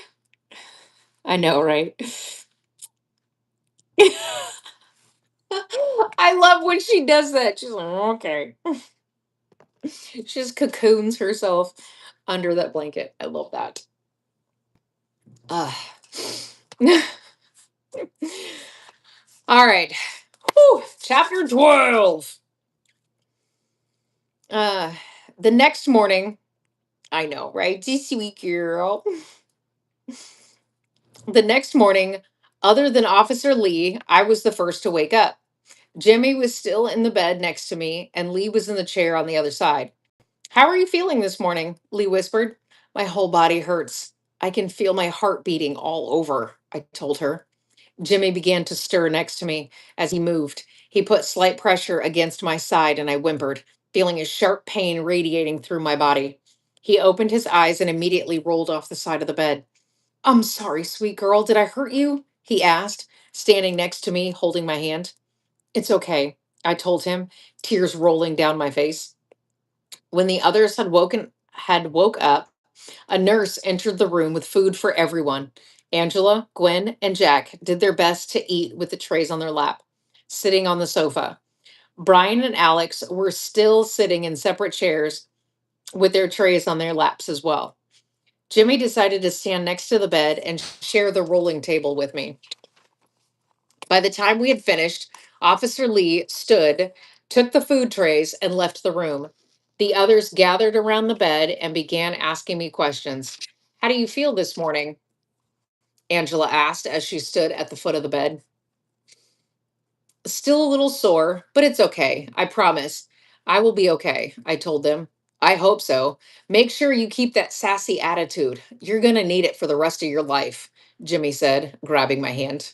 You went off on that bitch, Brian said, smiling. Brian, why do you have to say bad words? Gwen asked. What? Mrs. Warren was a bitch, Alex said. Well, yes, but you don't have to use that word, Angela told them.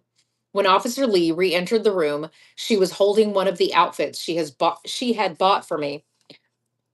The doctor was directly behind her as Janet Russell followed in last. The doctor was holding a medical chart and stood at the foot of the bed between Angela and Gwen. You are one lucky little lady. No internal injuries, just a lot of cuts and bruises, the doctor announced. I'm going to keep you one more day just for observation, and you can leave tomorrow morning. Thank you, doctor, Officer Lee said, shaking the doctor's hand. As soon as the doctor left, the other kids cheered. Angela and Gwen hugged each other, and Jack wrapped his arms around the both of them together. Brian and Alex chest bumped each other, and Jimmy cradled my hand between both of his. Janet waved her hands in an attempt to calm everyone as she spoke to the group. Okay, kids, Officer Lee is going to take care of Mackenzie. Tell her goodbye. I'm going to drop all of you off at your new homes. Hey, kid, maybe I'll see you again someday, Angela said, gently hugging me. Thanks for saving us. You're my hero, Gwen told me. You did what none of us had the guts to do, Jack said, patting my shoulder. Thank you, Mackenzie, Alex said. Thank you for getting us out of that house, Brian told me. I appreciate what you did for us, Jimmy said, running his fingers through my hair. I appreciate you helping me. Thank you for what you did for me, I told him as he bent down and kissed my forehead. Jimmy patted me on the shoulder as Janet led the other kids out of the room. Jimmy strolled out behind them, and I watched them all walk out of my life. All right, sweetie, let's get you dressed, Lee said, once we were alone in the room. What about the rest of my stuff? It was all left at Mrs. Warren's house when we ran away, I asked Officer Lee. Janet and I got everyone's things. There isn't a single item left at that house to indicate that children ever lived there, Lee told me. You got my bag and everything? Sure do. It's in my car. By the way, I saw the bloody clothes in your bag. I put them in there so you would see it, I told her, looking down at my hands. I'm glad you did, Officer Lee said, setting my outfit down on the bed for me to get dressed. Officer Lee helped me climb down off the bed and pulled the curtain closed to block the view if someone were to enter the room. I held onto the edge of the bed rail, trying to stand on my own. As I stood there, my legs began to shake and I felt weak. My whole body was tense and throbbing. Every movement I made wore me out. Are you okay? Lee asked, helping me to sit on the chair that she had occupied. My legs don't work right, I told her. Let me help you, she suggested. Officer Lee untied the strings on the back of the hospital gown, then turned to pick up my shirt. She helped me pull my arms out of the gown, and I held it. I held it under my armpits to basically keep myself covered. How bad is my back? I asked Lee. I don't know, sweetie. There's a bandage covering your wounds, she told me. She pushed my shirt over my head and I lifted my arms up, one at a time, slipping them through the sleeves. I had to take a break and gently leaned back against the chair. I took a couple of deep breaths as Lee picked up my pants. Just relax. If you want, we can wait to put your pants on until tomorrow before you leave, Lee suggested. That might be better. I just want to lay down, I told her. I placed my hands on my knees in order to catch my breath. My back felt like thousands of needles were being pressed into my muscles and my spine. I leaned forward in order to take the pressure off my back. I got you, honey, Officer Lee said, scooping me up into her arms. She placed me down on my back on the bed with a hospital gown draped over my lower half. Tears were rolling down my cheeks as pain radiated through my body. I whimpered as I tried to turn on my side. Uh,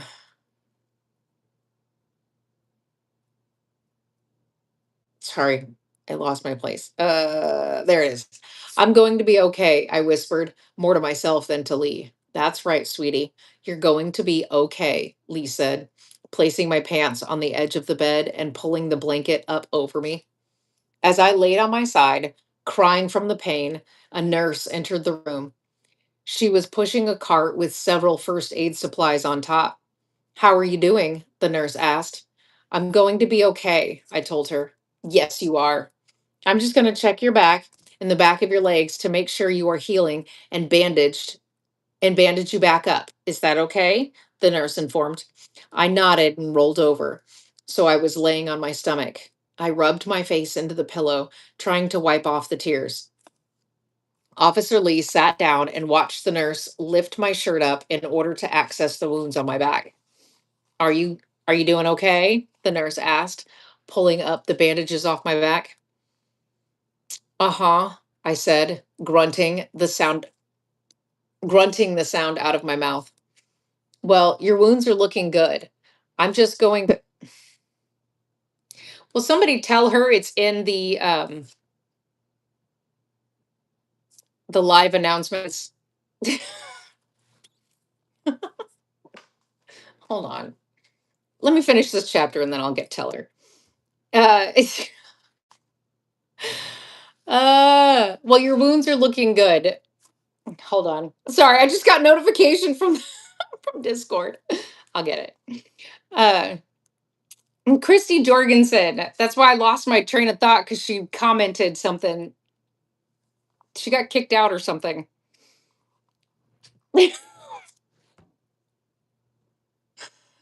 She's making me lose my place. Your wounds are looking good. I'm just going to spray an antiseptic on your back to keep them from getting an infection. It might hurt just a little at first, but it should soothe your pain, the nurse informed me. It's okay, I can take it, I told her, gripping tightly onto the blanket as I felt the sting of the spray. Officer Lee reached up and grabbed one of my hands. I cried out in pain as the nurse dabbed a cloth over my back. Officer Lee stood up and ran her fingers through my hair in an attempt to make me feel better.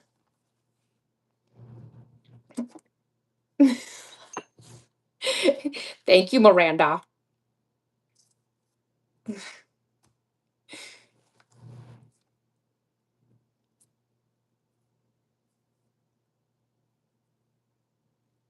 Let me see if I can do it this way.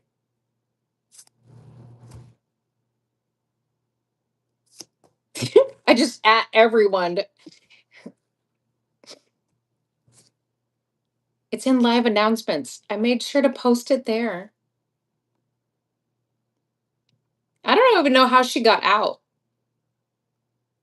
Yeah, I said thank you, Miranda. There you go. How did you end up getting out?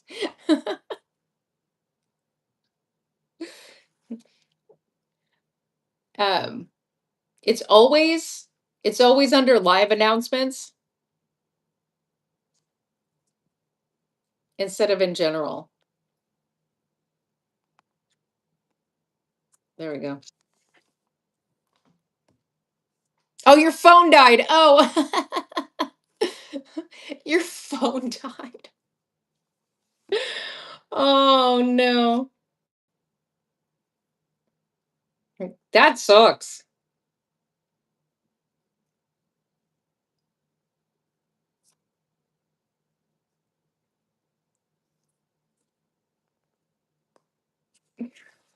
Uh,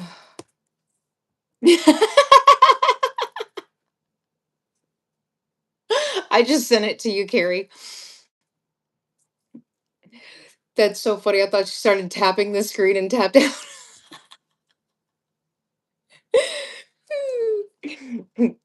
That's hilarious. I will say this much though, Camaro, that one is probably going to be. I'm gonna end up with someone leaving my Discord just because now I've got you and her back in there.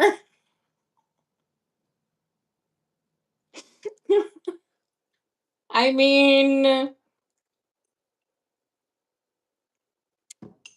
I don't know. Whatever. Anyway, chapter 13. Save the drama for your mama. I ain't got no, I ain't got no that go for three. Mm,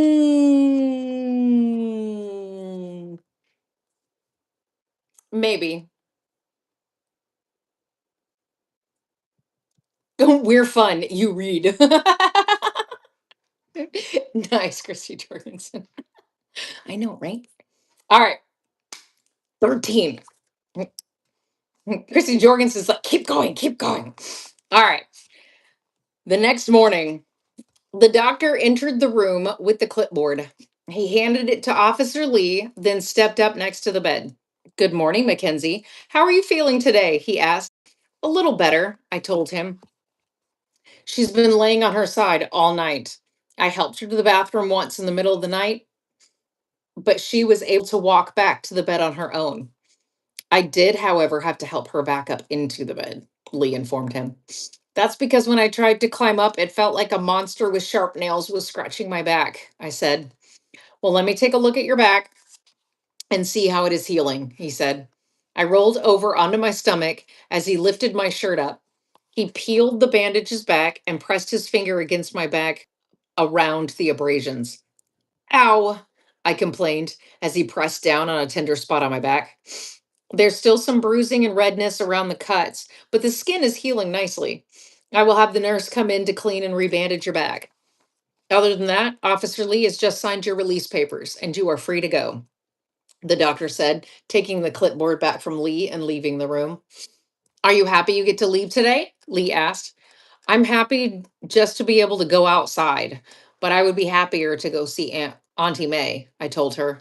Hopefully, we can find her soon, Lee said. After a few moments, I used to explain everything that way. I know, right?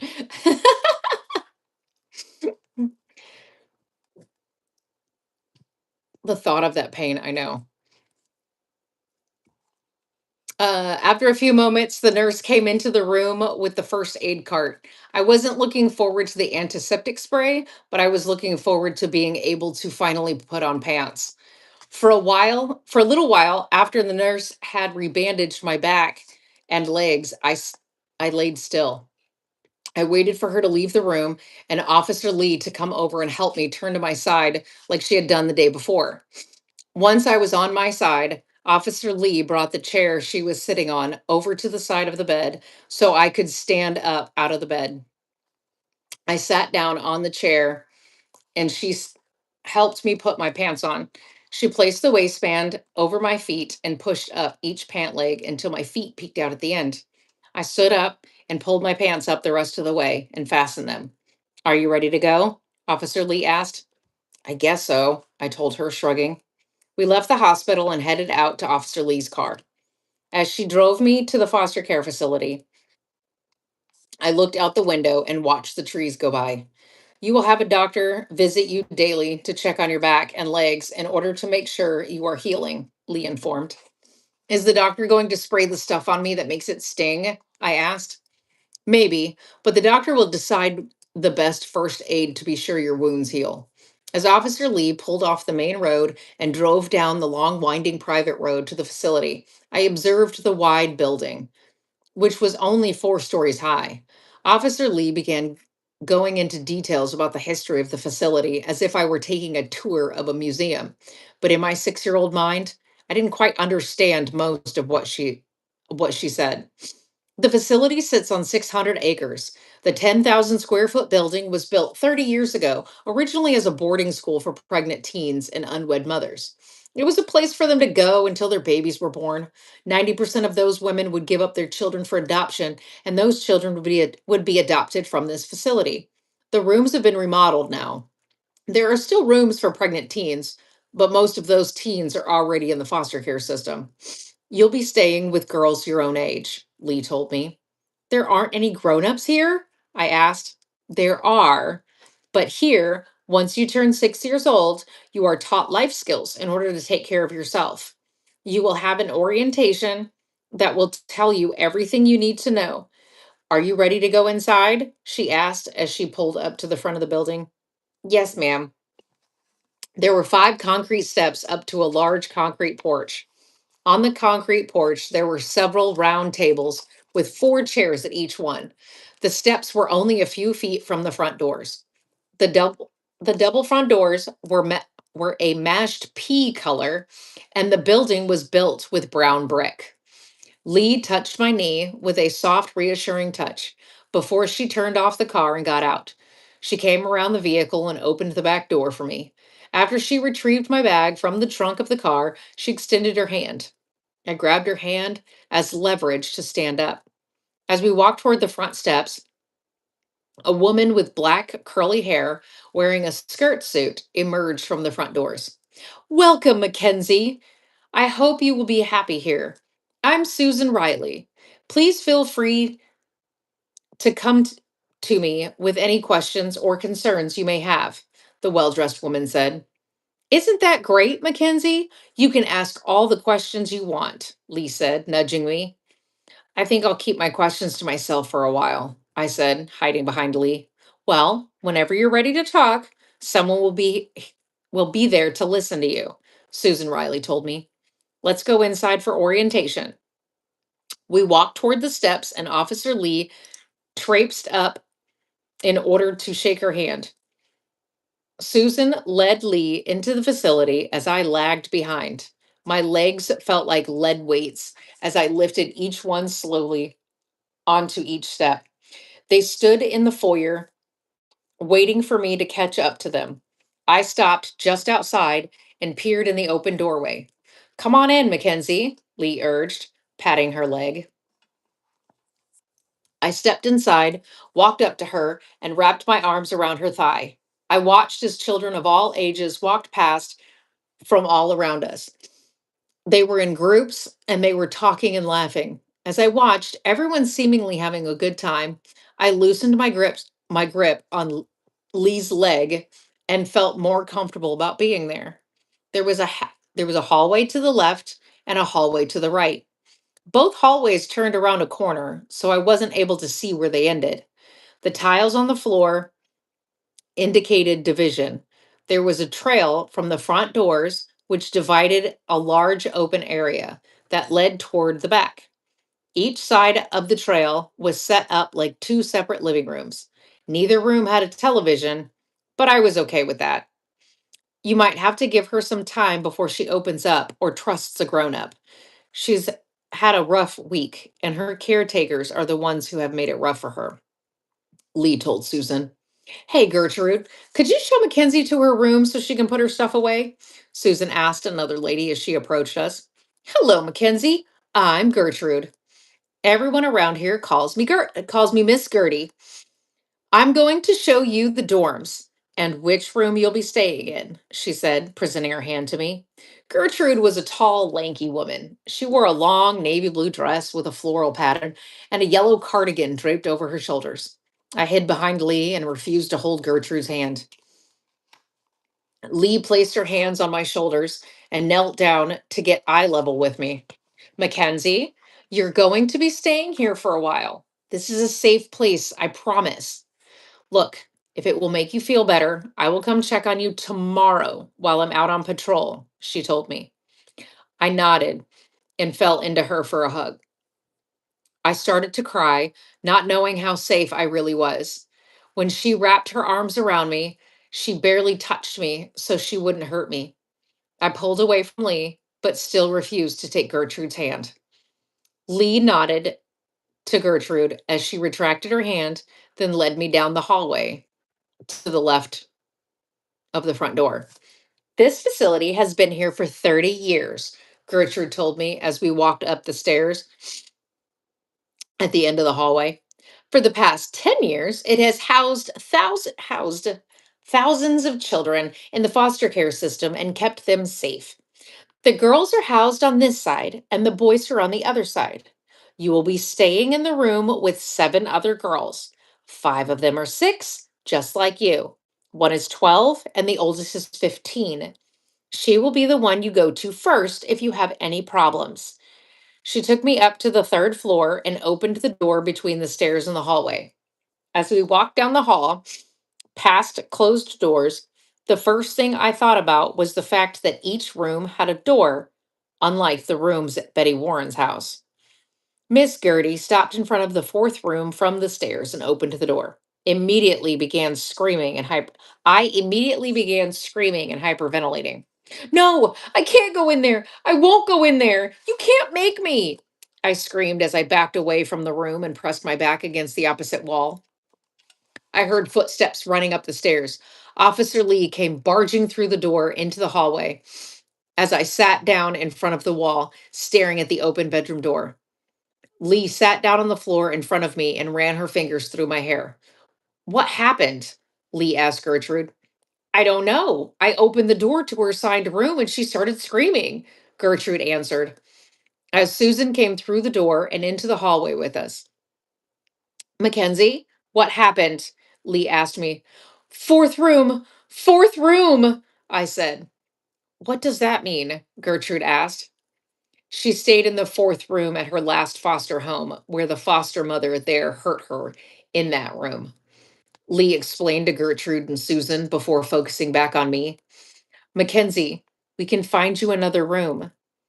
The room mother in this room is sensitive to abused children. This room is the best placement for her, Susan informed. Trembling, I stood up and rubbed my face. I took a couple of deep breaths, then wiped my face with the bottom of my shirt, taking a step forward to the room. My knees buckled under me and I fell to the floor. Are you okay, Mackenzie? Gertrude asked, sitting on the floor next to Lee. I scooted closer to Officer Lee and laid my head down on her leg, crying. Officer Lee ran her fingers through my hair.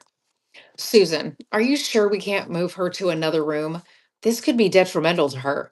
She's associating the 4th room with a traumatic experience in her life, Officer Lee requested. Mackenzie, there is someone who lives in this room that is able to help you recover from what happened to you. She's gone through a similar situation, and I promise this is the best person to help you, Gertrude informed. I sat up and touched Officer Lee's hand. Lee smoothed her other hand through my hair, gently moving down my face and putting her hand under my chin. She gently pushed in order to lift my head. Can you at least try this? Or do you want me to contact Mrs. Russell? Lee asked. I can do this. It's okay, I told Lee. Are you sure? She asked. Yes, it's like Jimmy told me. I have to stay strong, I said, standing up and picking my bag up off the floor. Lee pulled herself up onto her knees in front of me. She placed her hands on my shoulders and looked into my eyes. Are you sure you're okay with this? Lee asked me. Yeah, I can do this, I said, taking a deep breath and turning toward Gertrude, who had stood up and moved into the open doorway of the 4th room. I again stepped toward the room, stopped in the doorway, and took a deep breath before turning and waving goodbye to Officer Lee. I will stop in and check on you tomorrow, okay? Lee told me. Okay, see you tomorrow, I told her, then stepped into the room. I know. Ah, trauma. Mm. I'm out of that and I'm going to need some water. Ooh, I'm on chapter 14 now. 14.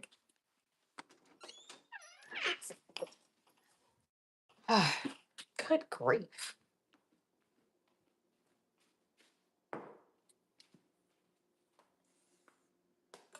Ugh. A lazy ass won't even go all the way around the counter. Mm. Oh, that water's so good.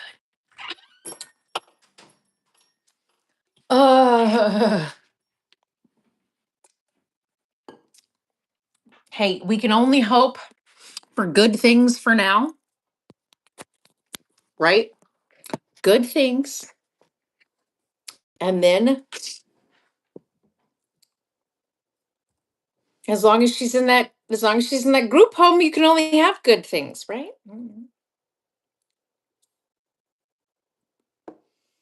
Ooh, dang, it's cold out there. See, that's why I left my sweatshirt on, because it's cold out there.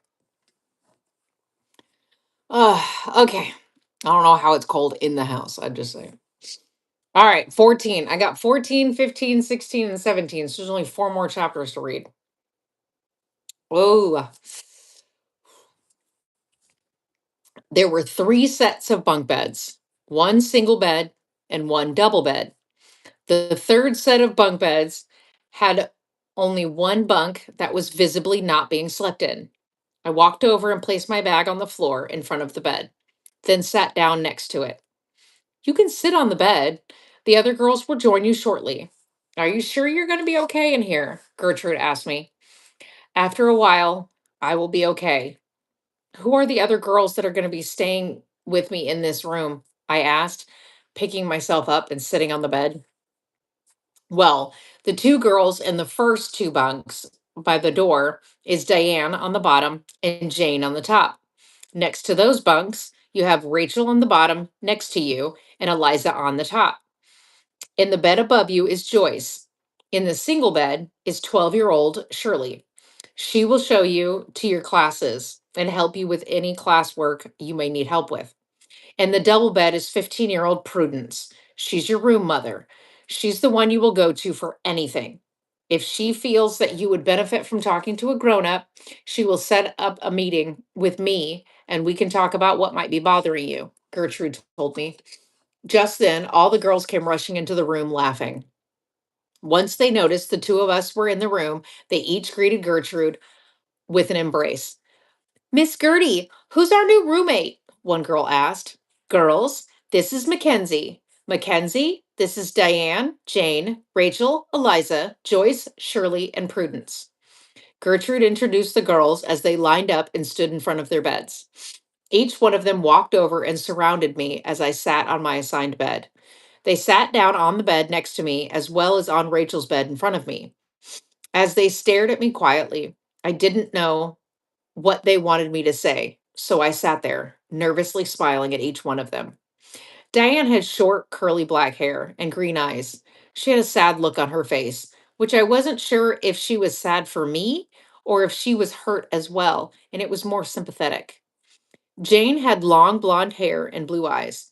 She looked excited to have a new roommate. Her legs were swinging over the edge of the bed and she was bouncing. Rachel's hair was covered with a hijab, but her eyes were brown. She sat on the bed next to me and held my hand in a comforting way. It was actually helping me relax a little bit due to the fact that I was feeling incredibly overwhelmed with moving several times in the past few days. I felt as though we could be best friends. Eliza had long, thick, dark brown hair and brown eyes. She wouldn't look directly at me, so I just assumed she was shy. Joyce was brushing her shoulder length, flaming red hair. She pretty much seemed indifferent toward me, but I figured she would be different once she got to know me. Shirley was a very thin girl. Her very short blonde hair was so thin I could see her scalp through the parts in her hair. Every time she reached up and ran her fingers through her hair, several strands would fall to the floor. Mackenzie, we are here to help you adjust to